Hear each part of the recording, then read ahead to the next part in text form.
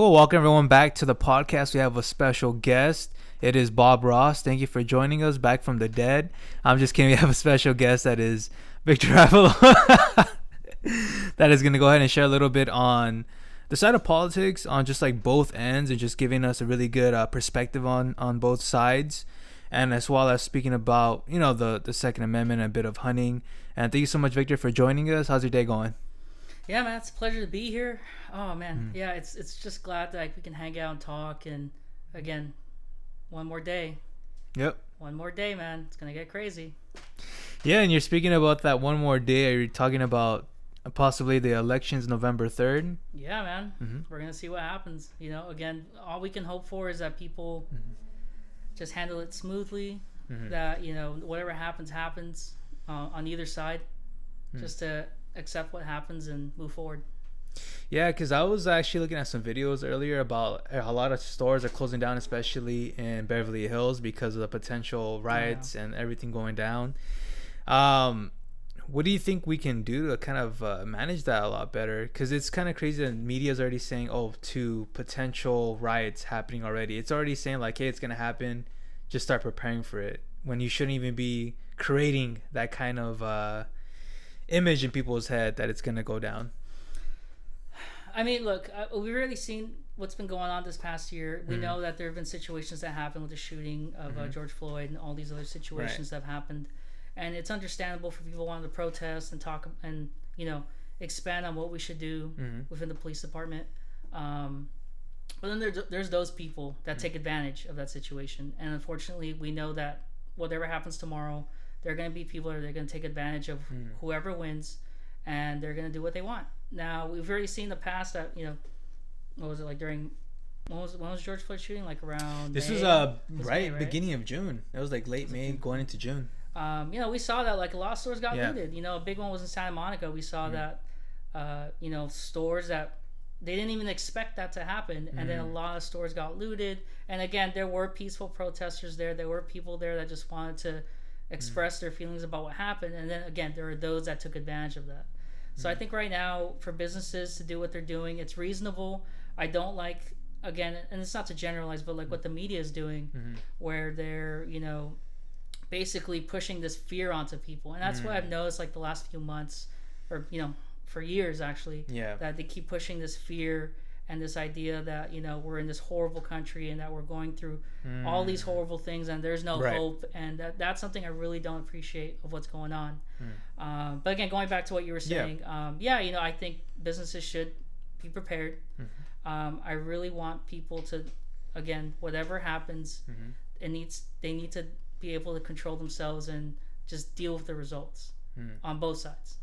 Gotcha. It's crazy too, like as people are preparing to board up, a lot of companies are hiring private security because they're not really relying on the police anymore, which is going into about defunding the police, which for me, it's like, okay, you know what? Yes, what happened with the police brutality, it shouldn't have happened in that manner. But defunding the police because there's always the good apples and the bad apples. But if you say defund everybody, it's like, what about the officers that are upholding law correctly? And I just think like defunding is going to hurt us in a way if things go out of hand, depending what state follows through with it. But what are your thoughts on this whole defunding the police? Okay. Well, yeah, there's definitely a lot there. So I think I really want to be careful of what I say, just because I don't want people to take it the wrong way or to misuse it. So do I believe in defund the police? You have to define that, because everyone has a different definition. Either it's, we want to completely remove it, or we want to reallocate it to something else. But the problem is that if you push that or use that same mentality in other things like education, would you actually do that? Like, education's failing, we're going to defund them. Whatever other system's not working, let's defund them. And to me, it's like, okay, well, the reason why I say that is because obviously that wouldn't work. Yeah, let's take more money away from them without really understanding what needs to be changed. Because every shooting or whatever situations happen that involves police brutality, we understand why it happened. What could have what would have helped to reduce or not cause that situation? Again, a lot of it's police training, and I do hear a lot. I've had this one conversation with someone where like, they've done all these trainings already, or specifically talking about LAPD, and they only have like 6 months of training, and then they're out on the field and they just kind of throw them in there. And a lot of opinions I've heard, at least what we can do with LAPD. Yeah. Again, it's hand-to-hand training, more physical training as well. And I'm sure you've heard random podcasters talk about like Joe Rogan, where it's like, they need to learn like jujitsu or abilities to be able to diffuse a situation. I know I've heard the ideas of social workers, and to try to meet someone in the middle on that, I can agree to that to a certain extent, because it's like, all right, look, you can bring a social worker in there and like maybe they can diffuse a situation. Right. Maybe.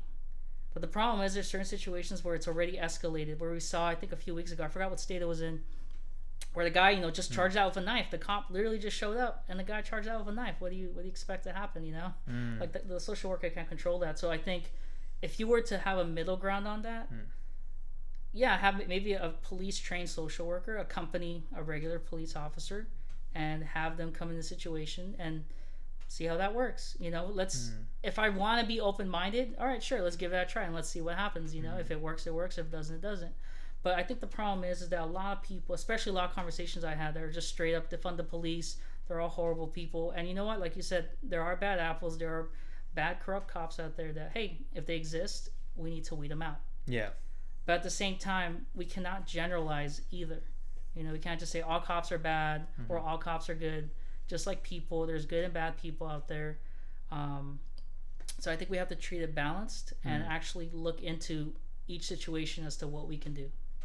Yeah, I hear on that on the part of even on the balance aspect. I feel like you said, this year has been crazy. We've been seeing a lot of things, and I think there's also needs to be a balance in regards to kind of with free speech as well. I feel like there's a lot of extremes, a lot of platforms which I won't say at all either, but they are able to pick and select of certain speakers who are either more on the conservative or liberal, and they're able to, people like to joke around, shadow ban them. Okay. But what do you think we need to do, at least to hold some of these platforms at least accountable, to not just be like, obviously they're entities, that's why we can't treat them like people and be like, hey, you need to respect the First Amendment. So there's like some loophole around that because they're just treated as some kind of company. But what do you think needs to be done to hold them accountable? Because it's kind of is hurting the First Amendment. So with this one, I think it is a little bit difficult because, when it comes to case by case, we have to look at why they got banned. And I know it's certain, obviously, but mostly, at least what we've seen, it's mostly been conservative opinions that have been either shadow banned or, shut off or whatever. I mean, I know I'm familiar. I watched some podcasters that have had that issue, and it's really unfortunate because I really believe that in order for us to be a beneficial society, we have to hear both sides, no matter how crazy they are. Even with what's his name, the crazy Jones dude, guy? huh? No. Alex Jones, yeah. Okay. I gotta be careful with him, right? Not him. The but frogs, even with him, he is a crazy guy. I will admit that. I mean, he said a lot of crazy stuff, and I think the problem with him that I've seen, in my opinion, people, it's just an opinion, guys. Just relax. My opinion is that he has some truth, but then he adds on a bunch of steroids of crazy information that's just like, okay, that's probably not true. Like an example, right? It's like with just to be real quick about it, like with Jeffrey Epstein, right? He's talked about it for years that there's this been island where they have these crazy things going on, and he was partially right about that, and he's not always right. Again, he is a little bit out there, but that doesn't mean that we shouldn't just shut him off, because what happens when you shut people off? They get more resistant. They fight more. They end up getting bigger, and instead of having a conversation where like, hey, maybe you can actually correct him, and then people realize, okay, maybe he is just crazy, maybe he's just some dude, maybe we should not listen to him. But instead we just shut people off and we can't have like an honest conversation. So going back to that, it is unfortunate that it's happening. Again, we just have to be able to hear each other out, and I think that's the problem in this world, is that we've become so impatient with each other, that we're so quick to anger, right? Like in the Bible, a lot of stuff that's in the Bible you could include into what's going on now, and it's just sad to see that, and when, again, they are private companies, they can do what they want. If you want government regulation, it's a slippery slope, because you really want government control over the social media platforms. But at the same time, it has become part of our life. It's been embedded in our life. It is part of our society. Yeah. So to balance that out, honestly, I have no idea. But what I understand is that we have to be careful of how we ban people. Obviously, if they've committed a specific crime, then yeah, get the heck out. But people should have their voices heard. You know, we have the First Amendment. That's the reason why we're a really great country, despite our faults. Okay, guys, despite our issues, we are a really great country, and I just think that we need to appreciate what we have and actually learn how to move forward in our issues instead of going back in time and making things worse, in my opinion. Yeah, thank you for sharing that. Definitely what you were mentioning about we still are a great country, believe it or not. People still want to come here. Yeah. And I think because of the freedom, you know, places like in Cuba and other countries that they ban free speech, it's kind of more, they're like, man, I wish I could have these free thoughts instead of having someone tell me what to do. And kind of what you were mentioning, going a little back on the free speech, I definitely think you're right about, you know, certain concerns being banned, even though some are pretty crazy. Remember another one was Milo. He was big. And he took the right side and took it to another extreme where people just started hating him more. But you're right about that. There needs to be healthy dialogue. People are able to talk to each other. Don't ignore or shut someone off because it does make them bigger than they're supposed to be. And that's a lot of you know, that's how a lot of them blew up, is what I'll say, because of that. Yeah, sure. But I wanted to ask you as well, because along the lines of what has been going on with the elections, I noticed that the media likes to pick sides a lot, even with the current president, which is Trump, and then Biden as the running candidate. Why do you think there's so much hate towards Trump? And it's been going on for 4 years. Man. You know, he has done certain things that are like, of course, like I agree with a lot of people where it's like sometimes he just needs to like be quiet, you know, and then let maybe his VP speak because he's more fluid and more articulated. But I think people need to understand, like, he's a human being, but he actually done a lot of things good for the communities out there. But yeah, going back to the question I was asking is, why is there so much hate received for Trump? Man, bro, this is gonna be like a 4-hour podcast. So let's just to backtrack a little bit. So trying to step back and look at everything that's going on prior to the elections. All right. Yes, I think there was some hate with Trump, you know, because of who he was and his history and the type of guy he was. But it's just so funny, like you were saying, how like before the elections, nobody gave a crap about him. He was even on SNL doing the parody of Hotline Bling, right? Or was that the song? I remember that. He did the parody of that on SNL, man. This was on SNL, and then now that he ran for president, no one took him seriously. I will state that, you know, he did say things that definitely weren't politically correct. I do think that there are things you can definitely disagree with him on and things that he said. But I think the issue is that everyone has attacked him for every little thing he says. And I think the problem is people need to step back and be like, okay, yes, he said things that were kind of off or wrong, or they came off wrong. But I think that a lot of hate has gone towards him is because no one expected him to win. He was expected to lose, right? And that was the thing that was supposed to happen during the 2016 election. You know, and I agree. There's things about him that, of course, you're not going to like it. Things that he said. People wish he was like Obama, where he's fluent. And I feel that like a lot of the hate, it's so easy to hate him because everyone compares him to a specific person. Everyone says that he's a specific thing. I don't want to say it here because I don't want to get in trouble. But you know, it's just you know, and there's things that he said that you can again disagree with. But I feel like, forgive me on not remembering the scripture, but no, you're good. It's the one where and again, I'm not comparing him to Jesus. But it was like that before he got crucified, right? He was on trial, and they had him next to like a serial killer, right? It was like a murderer. And they're like, who do you want to release?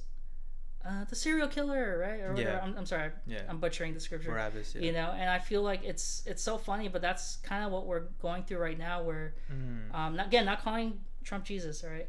But the idea that like everyone is so blinded by their hate for him that they're willing to let, you know, they're willing to ignore the other candidate. And again, going back to your question, is that yes, I agree that there's been a lot of bias.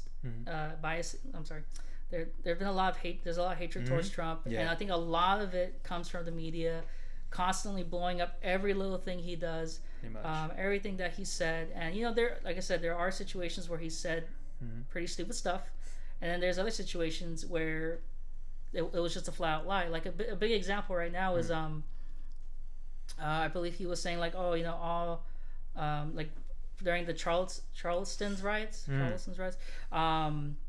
he said like both sides were were good or whatever, and everyone cut that clip and they're like, see, he was talking about the Nazis, talking about no, that's not what he was talking about. If you actually run that clip a little bit longer, he actually condemned the white supremacists and the neo-Nazis that were there. He was talking about the original protesters that were there at the time, the ones that were conservative and the liberals that just wanted to remove the statues, right?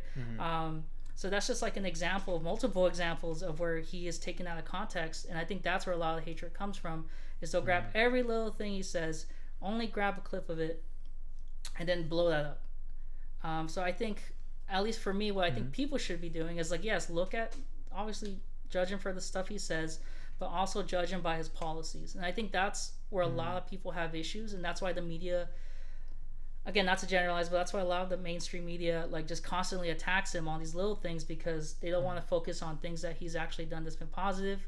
Now you can debate on what that is, but again, I feel like he has done a lot of good, but I'm probably gonna get hate for that. Come on, guys, please.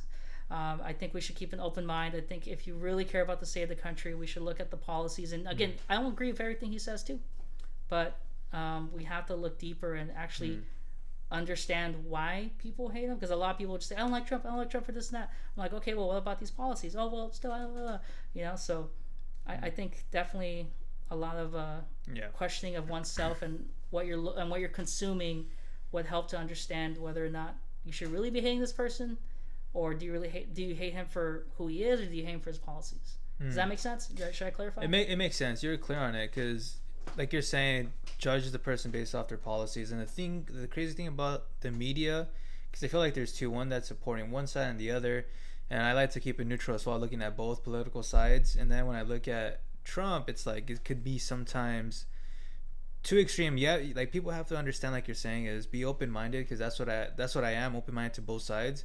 And I look at all the medias and understanding, why are they attacking this person, why are they attacking this. And then once you realize that you're being told who the antagonist is, then you're like, oh wow, I see it's just a big game, but I should look deeper into what is this person doing, and kind of ignore like I guess what the media tells you to hate is their character. But it's like, look, everyone has something bad about them. But going beyond that, I feel like whatever happens election day, I feel like it's going to be the purge or something, because everyone's being built up after 4 years of hating this guy, that people, if it does or doesn't, right, like say if it does happen, he becomes president again, then people are going to go absolutely bananas and going crazy. But I think, what do you think we can do to just kind of improve the state of our nation with this whole division of I'm on this side and this side? Because before Trump came in, I would say that politics wasn't as crazy as it is now, but now it's creating a lot of divisions everywhere. It can be at your workplace, at church, you name it. What do you think can do to kind of like help ease it or make it a little better to have conversations? All right, so I mean, there's a lot you can do. And I'll answer that real quick, but just saying, like, I do feel like one big thing is stepping back from social media. I think that's what helped me a lot. I got off Facebook. I usually get on if like I just need to check for messages or something. I got off Facebook. Instagram, I'm kind of in. A lot of people, the people that post the political stuff on Instagram, I asked them questions. They blocked me. Typical. And that's their choice. They can do that. I can't, yell at them or anything. But I think one thing is stepping back from social media, removing people. And okay, so I chose to discuss with people that had an opposite view, and they chose to remove me, and so that's on them. But just take a step back and remove people that you feel like are just toxic in that area. Now, when it comes to I think right now one of the biggest reasons why we have issues with people kind of going crazy is, again, what they're consuming. I do think a big part of it too is the misinformation that's been spread on both sides. Because we can't just say like, oh, it's just people on the left that are like going crazy. Like there's people on the right too that are being clowns, that are not helping the situation. And I think, I don't know. There's just so much right now that's going on, because I think before COVID you were having issues, but I think it was after COVID that everything kind of got worse. So I know obviously people have lost their jobs. People are freaking out about the virus. People are, have lost their livelihoods. They're not in a good place right now. We can't even do the most basic of things depending on what state you're in. Right. So I think right now everything's just a lot worse than what it normally was. How normally is. But yeah, I think people just need to take a step back and realize like, hey, you know what? Life is life. Do the best that you can when it comes to like politics. Just do your research, and vote. I think a lot of the issues as well is that, like, at least living in LA, right? I think one of the biggest frustrating things is obviously with the homelessness and with a lot of the crazy stuff that's going on here. So I think what people need to focus on is like, hey, focus on your local laws. That's the best control you can have of your local government, or just government in general. Is just focus on your local laws, understand what's going on in your city. Just do what you can, and people wise, just talk to people, hang out if you can, do something, especially now with everything that's going on. Just try to do your hobby or whatever it is that makes you happy. But yeah, just try not to focus so much on the politics. At the end of the day, it's out of our hands. We just do what we can to move forward. And I believe that kind of answers your question. No, yeah. Is there anything you want to follow up on that? No, yeah, definitely. I like the fact, there was one thing that stood out to me was about the misinformation. Oh, yeah. And it's crazy that there's a lot of it on both sides. We have to make sure, like you said, do our research and have a conversation. Like for us is like, when we came here to talk about it, it was like, I hate this person or hate this person or this political person. It was more like, hey, what do you think about this? What are your thoughts on it? Versus, I think the issue too is like, yes, we're having an open conversation, but you're people putting too much of their personal feelings into it, which is problematic, because you have to talk about what the policies are, whatever direction trying to go in leadership in this country. But definitely I hear you on all those things. Like you said, it's about talking to people, being away from social media. Social media is it can be toxic, very toxic. Just saying, like, take a break from it. You keep looking at it, it's gonna train you in a certain way to be conditioned to believe something if you look at it long enough, even if it is misinformation. But going on the topic of misinformation, and then there's fact checkers. I was curious, how do we go about fact checking the fact checkers? Because I feel like there's certain people that can say this is true, but the other things are not true because they're aligned, or there'll be a bias because they're on one side and not the other. If that makes sense. Yeah, I mean, it's hard because and that's the beauty of what we have access to, which is the internet, where you can look at multiple sources, you can look at videos, you can look at transcripts, whatever, to sort of fact check what they're saying. Because again, I'm not super 100% pro one side or the other. I look at who has provided the best policies, who has provided the best sources for communities, and so and so. And you just have to just look up their information. I mean, look up again, like a big one right now, because I have to clown this guy, where he said that he wasn't gonna ban fracking, right? Biden, he's like during that debate, he's like yeah, I'm not banning fracking, oh no, I'm sorry, he said he was banning fracking, or no, what was it? Yeah, he said that he's gonna that he wasn't gonna ban fracking. And then if you look at multiple videos of this dude, he even shook someone's hand and said, I'm gonna ban fracking. Yeah, it's just crazy how, like, it's like this dude, either he's not aware of what he's saying, right? Or he's not paying attention and he's just trying to get votes or something. Like, dude, this guy's, you can just look up videos and you can see of the past things that they've said. And then you can see the same thing about, Trump.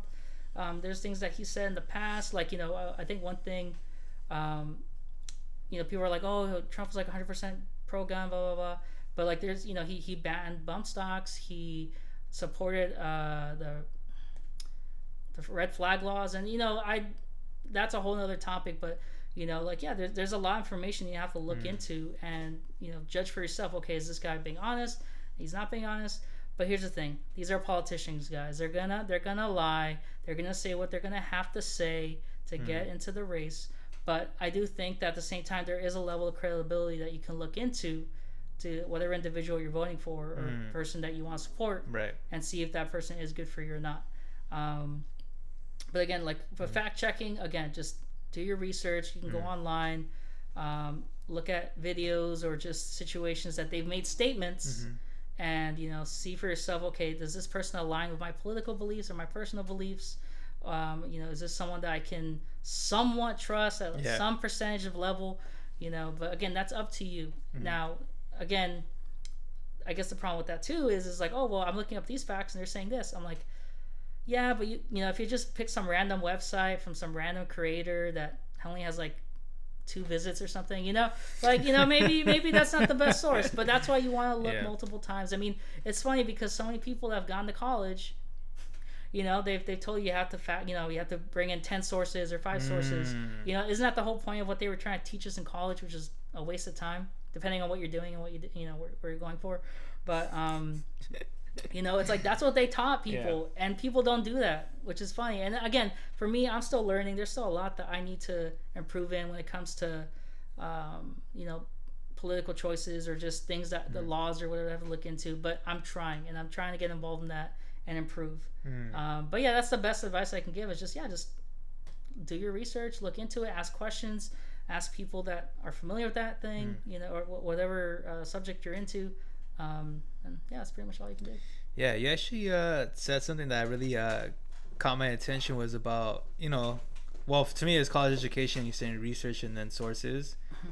I think it's interesting about the college system, which I think is a big marketing tool and scheme, because before college was just a place to get your education, but now it's become a thing where like, come in, we're going to promise you a career and making good money, and they're using all these marketing things for you to see the money and the payouts and the salaries, blah blah blah. That's bullcrap. But now, like you're saying, like you just said right now, it is starting to look like bullcrap. It's looking like really good marketing. And I feel a lot of people that are going to college now are going to realize, like, I'm going to come out with just a piece of paper that is not going to really pay off my student loan debt or provide the future that they're saying is out there. What do you think, what advice would you offer to people that are thinking about going to college or be independent and create their own thing and learn from life in a practical way, which you can a little bit in college but not so much? Okay, so I'm not going to act like an expert because I went I wasn't the greatest in high school. I kind of just did the bare minimum. Same thing in college, I kind of did the bare minimum, and a part of that has to do with I of course I worked hard in certain areas, but I think what I lacked was motivation. Was like, what is it that I want to do? I'm like 18, just graduated from high school, just trying to figure out life. And and again, everyone's different, but I do believe that in order, I don't even think you should, in my opinion, as someone that went to Cal State, like, woo, but yeah, that's great. But I think what should be taught in high school is independent living, like lifestyle living. I think like how to do your taxes, all these basic life skills that you would need, to then when you go to college, you have an idea of you have certain skills that help you transform from a young adult to an adult. And I feel like it depends what you want to do. Maybe take a year off, either not intern, but just get involved in something that you feel like you'd want to do. Maybe take a part-time job if you can get one, or get involved in something. And then within that year, and if you feel like you found something, if it involves school, maybe go to community college and do something on the side so you just develop your personal skills or your work skills. If you don't have the money, don't go to an expensive university. It's I'm gonna get flack for this, or if I do, whatever. But some people want to go to USC and go to these really great schools, get some whatever degree, and then wonder why they can't find a job. I think that's what a lot of us feel. Especially me, and I know like for me as well. But a lot of people go into school just blindly because they were told to, because you're gonna find a great job. Don't worry about it. And I think the problem is that there isn't enough guidance in letting people be independent thinkers. Especially with teenagers and people going into college. I think that the issue is that people just jump in because they're told. They don't really know what they're doing. They're pulling out loans on something they don't even know what they're doing with, and then they get out and they realize, oh well, at least I got my degree, but I'm like thousands of dollars in debt.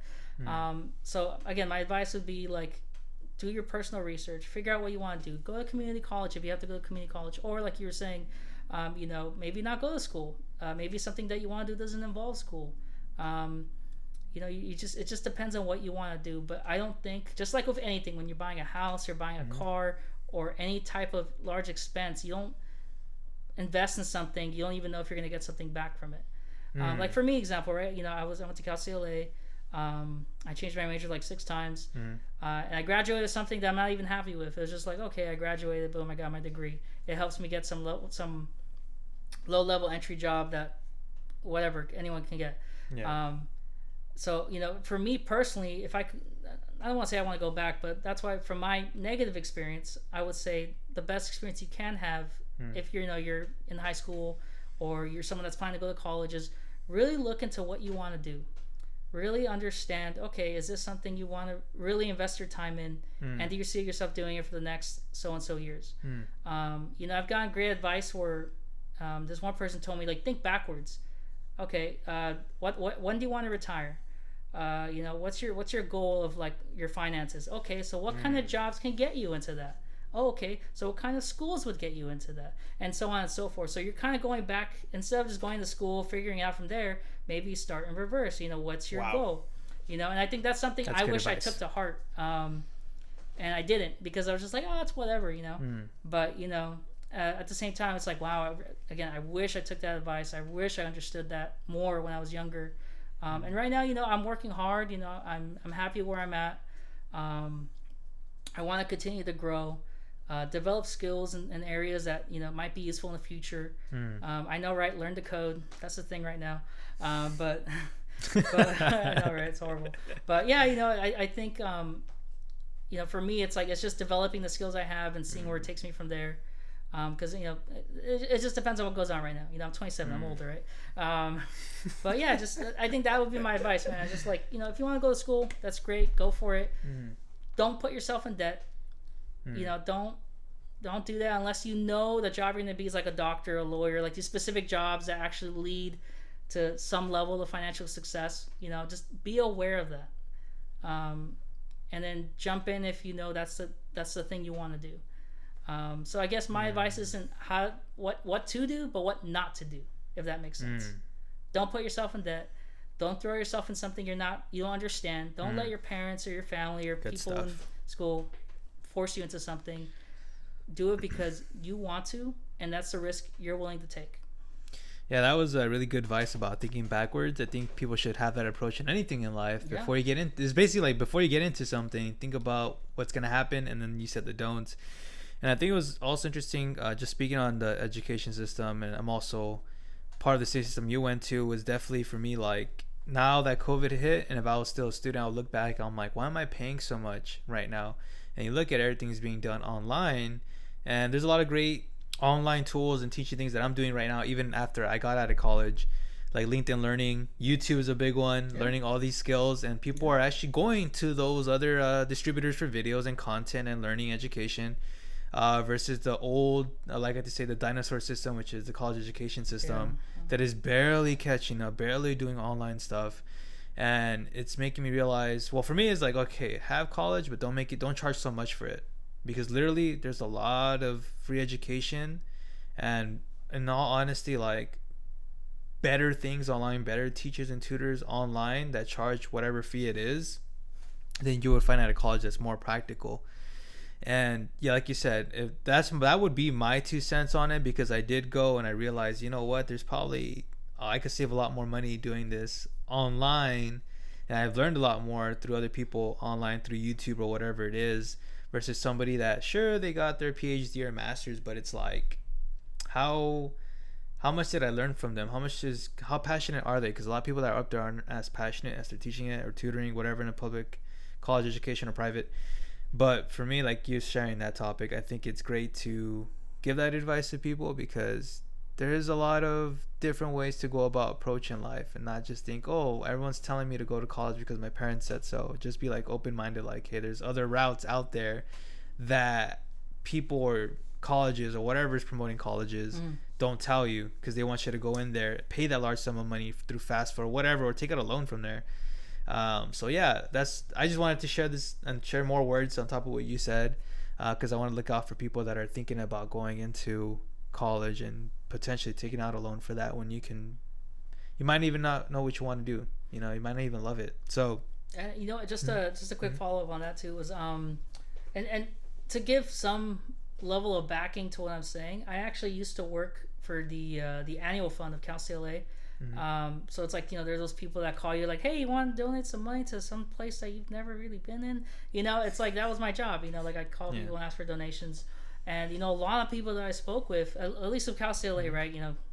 It's their own thing. But a lot of them, a lot of people that got their, their bachelor's, almost a majority of them are not working what they majored in. Even people that received their master's and PhDs still can't find work. And again, that has to do with what they majored in. A big part of it is, did they actually even get work experience? Because sometimes people don't even look for your degree. They want to see if you've actually done the work. So I think that's a big thing too, is that, I'm not just pulling this out of my butt as a disgruntled, dude that went to college. Like, no, like, I've called people and I've spoken with people. A lot of the ones that did well were probably people from like the 70s and 80s, because during that time the professions were kind of available and all that stuff. Now it's a lot harder, because a lot of the majors that are being promoted, like specifically majors in sociology, which is the stupidest major you can major in. But I mean, it's good to help you in life, but that's as far as it goes. Even our one of our professors said, the only job you can really get is if you go into stats. Like doing statistics for whatever company, but that's really where the money is. And besides that, like being a professor. So basically, you're just creating a cycle of, like, you become a student, you get the degrees you need, then you become a teacher to tell other people to do that same thing. And only a small fraction of them get it. So yeah, that's my experience from that as well. Is like speaking with people from different generations, hearing their backstories. And basically, most of them getting, especially some of the past 10-year graduates from the past 10 years, a lot of them, again, they just jumped into random jobs and they just grew from there. Like, one guy majored in history and now he's like a manager of some random store, So it just depends on what you make of it and how you plan your future. So. Yeah, and we don't say this to hurt your thoughts of going to college. We're just looking out for you. We're just giving you the reality of it. That's life, bro. We're giving you the red pill right now. I'm just kidding. We're just letting you know how it can be for us. And what you mentioned was, like, you're right, because some people that, when I used to work for a banking institution, people in there didn't even do their career they're just doing sales pretty much. And I'm like, oh wow, they're supposed to be in coding, they're supposed to be in finance, but they're doing, we're trying to sell you stuff. But you were mentioning college, and I do know that before, when you were in college, you were part of a faith-based group. How was your transition out of that group, and like, why'd you come into a faith and things like that? Okay, so there's definitely some backstory, because I grew up in that church, the church that I was in. My family has been there, I think, since before I was born, or when I was born. I grew up in that faith, in that religion, and I think there's a lot good from it. There's a lot that I gained from being there that's helped me in life. There's other things that I feel like it caused me to not experience certain things, which kind of led to other situations in life, good or bad. But I think it's at least for me personally, I definitely did appreciate what was being taught. I did appreciate things there, but at the same time, I did have a lot of experiences where, they're not really practicing the word, or they're not really involved as they say they are. And I'm sorry, I'm trying not to be general or very specific, but I do think that being out of it, I think there's things that I've learned because of I'm out of it, and also things that I appreciate learning from there. And I think a lot of it had to do with, I think, tolerance, I guess. Again, talking a little bit about COVID and all the situations that have been going on, a lot of people that I talked about that, blocked me. were, disciples. And it was funny because I would think that the people that would be most tolerant, that would be more understanding, willing to have a conversation, would be them with certain people, and that's not what happened. Now I can definitely argue that obviously growing up in the ministry, I've always been kind of an oddball. I've never seen myself in the category. I had my issues. I definitely had a lot of issues growing up in the church, especially in campus. I've had my craziness my first year in campus, and then that's the college ministry of the church, the campus ministry. I've had my issues. I learned a lot from it, but at the same time, I felt like there was a lot lacking in those areas, and I can't really do much. I can't really say much against that, because it's also up to me to develop the relationships I wanted. It's up to me to grow in the areas I needed to grow in. And I know during that time, like a few years ago, because I think I left, I fell.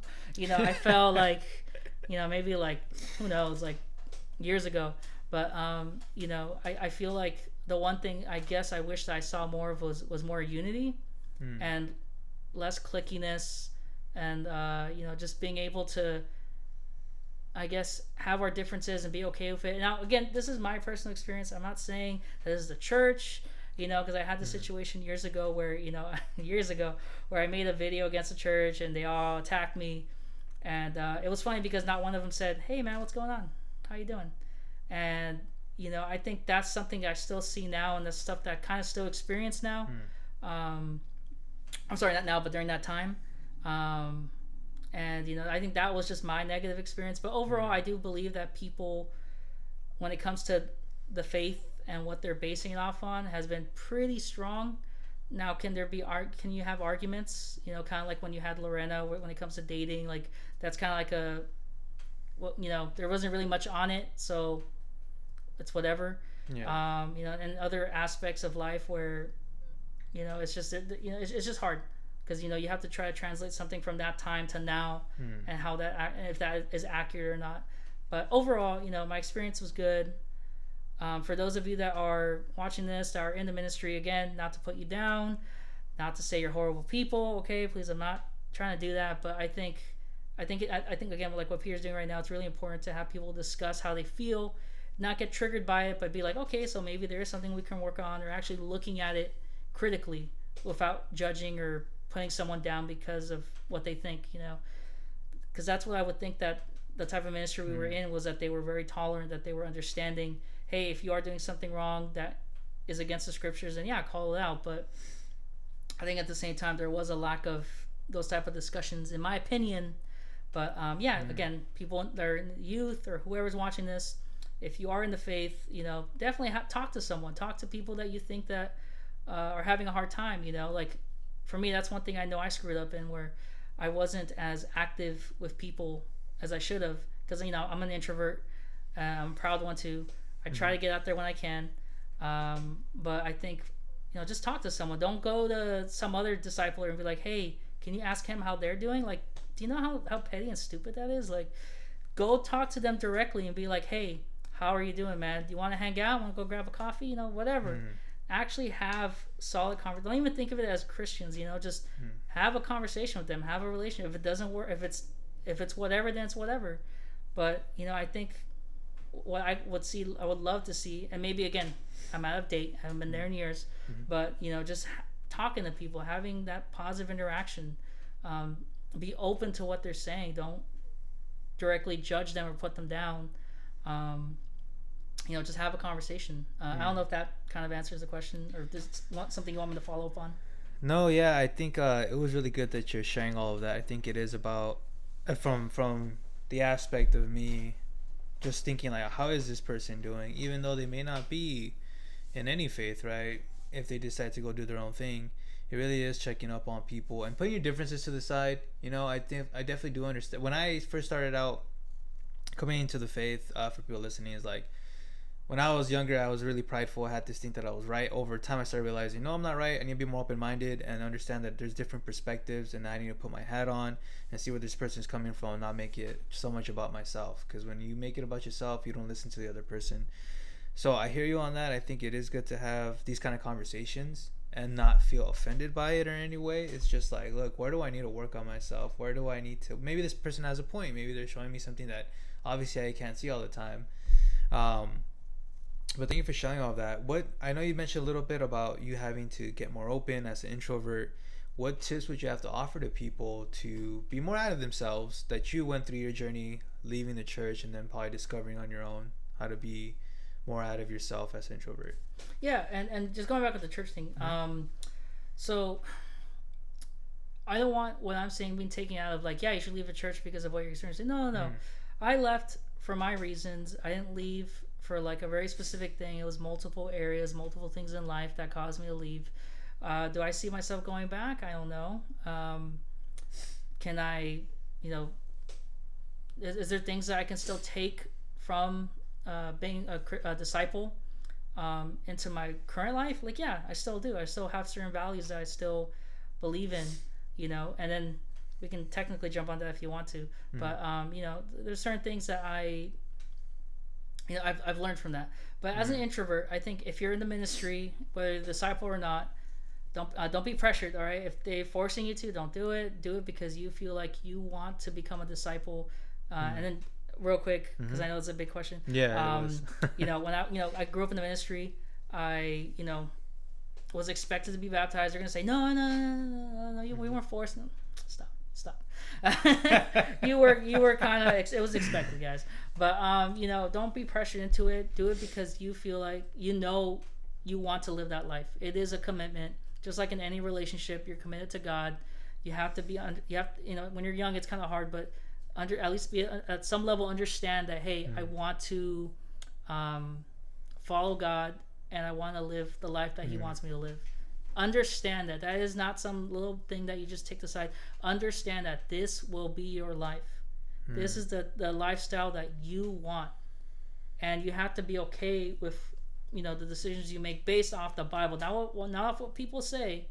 Yeah, they have some good interpretations, but you need to go off of what the Bible says. And I understand there's different versions, but whatever you're reading off of, make sure that you are interpreting it properly and you live the way that the Bible's telling you to. So going back to being an introvert, it's hard. I had my first year in college and with the campus ministry, I had someone, I won't say his name, but he was really out there. He was a great guy. He loved hanging out with people, and that kind of inspired me to do it. But I stopped after a while, and that's something I regret, is like not being active enough. Whether you're with a ministry or whatever area you're in, just talk to people. Get involved. It's hard. I still have a hard time, man. Like I really do. But I think whether you're in the ministry or in life, just get yourself out there. Try one little new thing, whether it's something you're comfortable with or not. Go to the beach by yourself or go hang out with people. Get involved in something that you normally wouldn't get involved in to learn about yourself. Take a skill. I mean, I guess this doesn't have to do with really introverts, but the idea that introverts typically are very quiet to themselves and they just do their own thing, which is fine.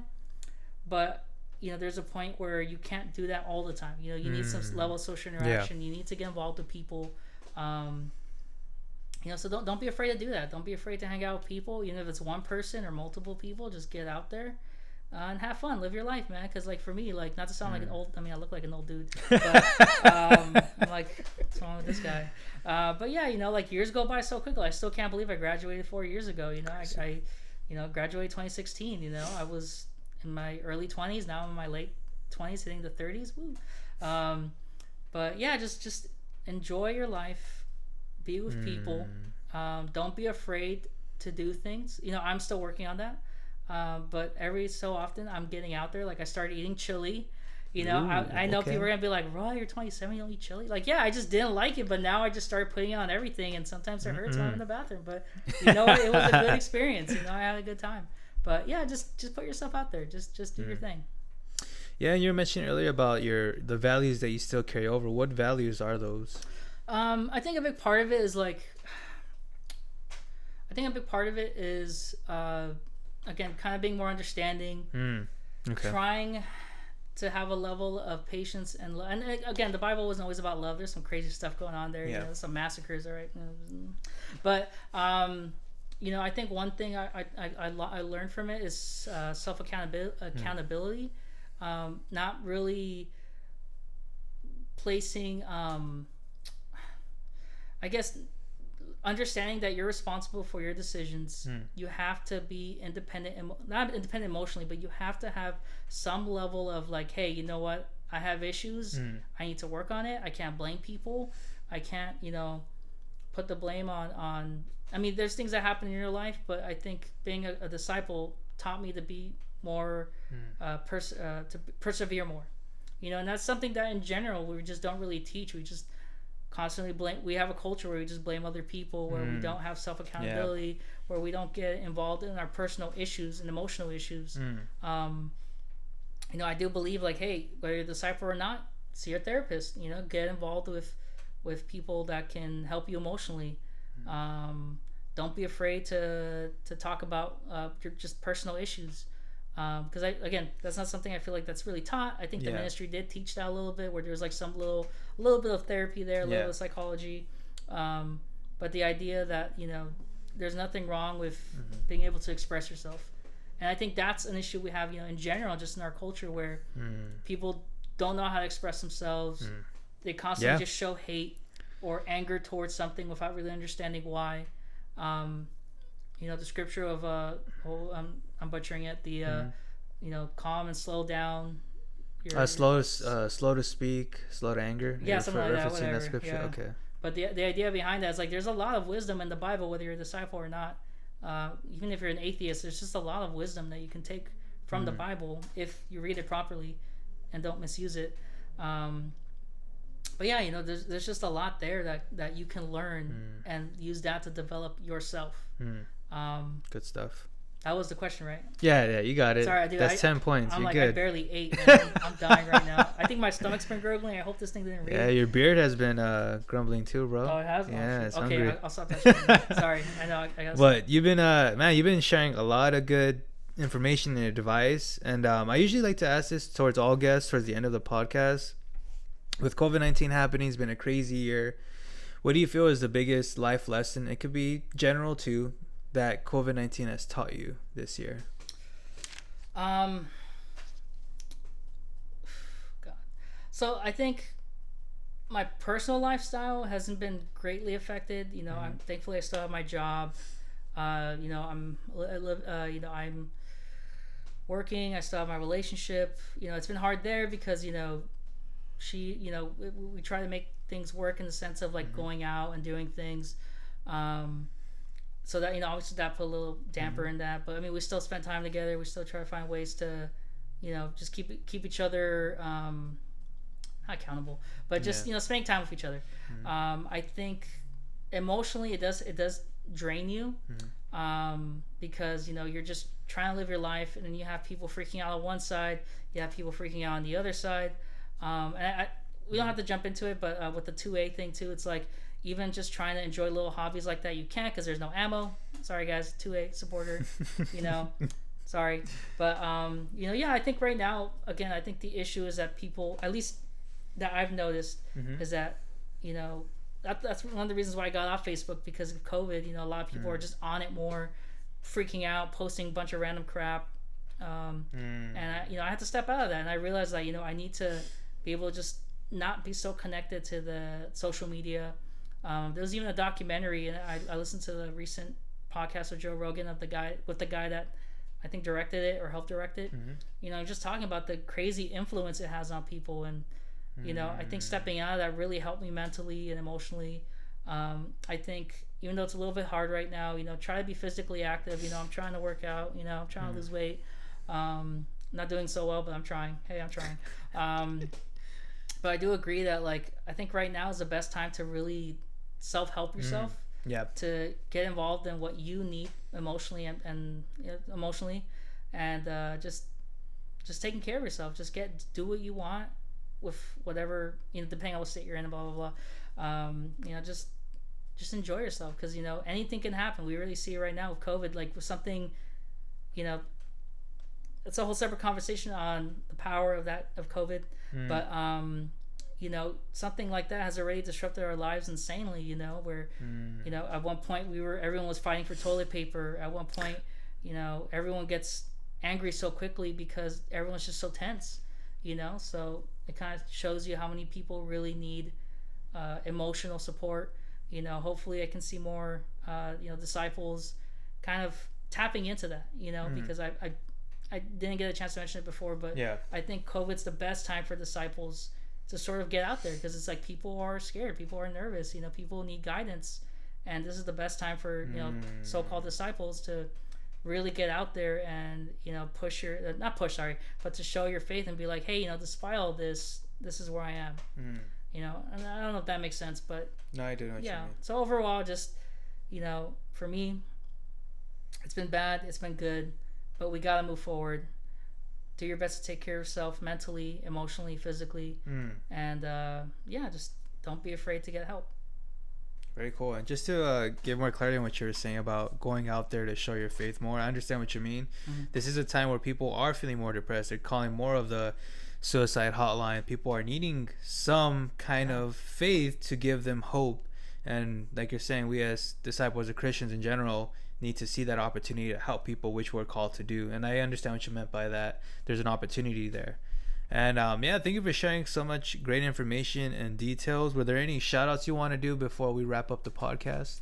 No, I mean, I'm not really, because I'm not active on social media. I'm not really active out there. All I can say is shout out to, anyone out there that's promoting mental health. That's really, and it's kind of random, but just get out there, look for people that can help you, or push for people that can help you.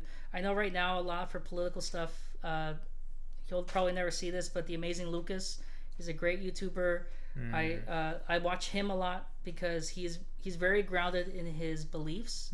When it comes to not just, I mean, he's not really, he's Christian, but that's what they say. But when it comes to politics and his core beliefs, he's very stringent on that. So I would recommend him as a YouTuber that you want to watch. He's funny, he's a really funny guy. Other than that, no, just I'm just glad you're here. Please, keep inviting people, let people talk. Anyone from different backgrounds talk to you. Don't be discouraged if people start putting you down about this, because it's like this is leading to more discussions and more involvement in different types of people that are needed. So don't stop, don't be haters, people. Just listen, soak it in, and just enjoy it. Okay, guys, please. But that's it. Again, thank you so much, Bob Ross, for joining us on the podcast. Appreciate it. And that'll be the end of our podcast. Thank you so much, guys, for tuning in.